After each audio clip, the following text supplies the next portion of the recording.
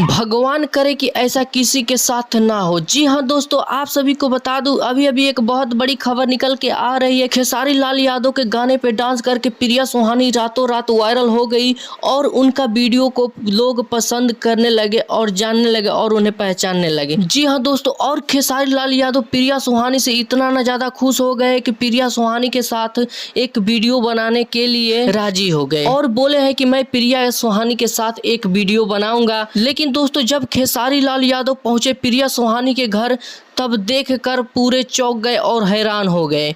तो दोस्तों, आखिर क्या कुछ हुआ है प्रिया सुहानी के साथ और खेसारी लाल यादव क्यों चौंक गए, वो सब भी बताएंगे। लेकिन उससे पहले अगर आप लोग भी प्रिया सुहानी को पसंद करते हैं तो इस वीडियो को लाइक करके चैनल को सब्सक्राइब जरूर कर लें। जैसे कि दोस्तों, आप सभी को पता ही होगा, खेसारी लाल के गाने पे डांस कर प्रिया सुहानी सोशल मीडिया पे रातों रात वायरल हो गई और उनके डांस के लोग दीवाने हो गए।